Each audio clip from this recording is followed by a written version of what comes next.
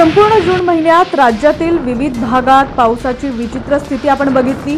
काही भागात मुसळधार पाऊस झाला तर काही भागात खूप कमी पाऊस झाला। यामुळे शेतकऱ्यांची चिंता देखील वाढलेली आहे।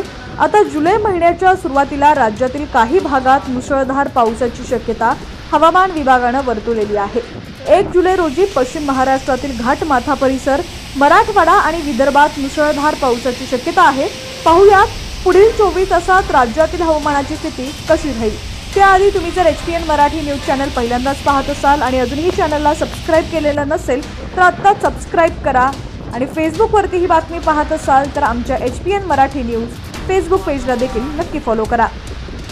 1 जुलै रोजी मुंबईत मध्यम स्वरूपाच्या पावसाची शक्यता आहे। मुंबईसह पालघर, ठाणे या जिल्ह्यातही हलक्या ते मध्यम स्वरूपाच्या पावसाची शक्यता आहे। रायगड, रत्नागिरी, सिंधुदुर्ग या तिन्ही जिल्ह्यात तुरळक ठिकाणी मुसळधार पावसाची शक्यता असल्याने पावसाचा येलो अलर्ट जारी करण्यात आलाय। पुण्यात हलक्या ते मध्यम स्वरूपाच्या पावसाची शक्यता आहे। पश्चिम महाराष्ट्रातील पुणे घाटमाथा, कोल्हापूर घाटमाथा आणि सातारा घाटमाथा या तिन्ही ठिकाणी मुसळधार पावसाची शक्यता आहे।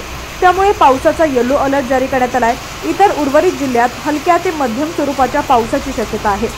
मराठवाड्यातील छत्रपती संभाजीनगर, जालना, परभणी, हिंगोली, नांदेड या सर्व जिल्ह्यात विजांच्या कडकडाटासह आणि सोसाट्याच्या वाऱ्यासह हलका ते मध्यम स्वरूपाच्या पावसाची शक्यता आहे।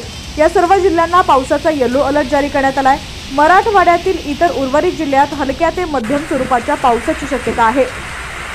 उत्तर महाराष्ट्रातील नाशिकसह धुळे, नंदुरबार, जळगाव या तीनही जिल्ह्यात विजांच्या कडकडाटासह हलका ते मध्यम स्वरूपाचा पाऊस होऊ शकतो। त्यामुळे पावसाचा येलो अलर्ट जारी करण्यात आलाय। विदर्भातील नागपूरसह अमरावती, भंडारा या जिल्ह्यातही वादळी वाऱ्यासह आणि विजांच्या कडकडाटासह मुसळधार पावसाची शक्यता आहे। त्यामुळे या जिल्ह्यांना पावसाचा येलो अलर्ट जारी करण्यात आलाय।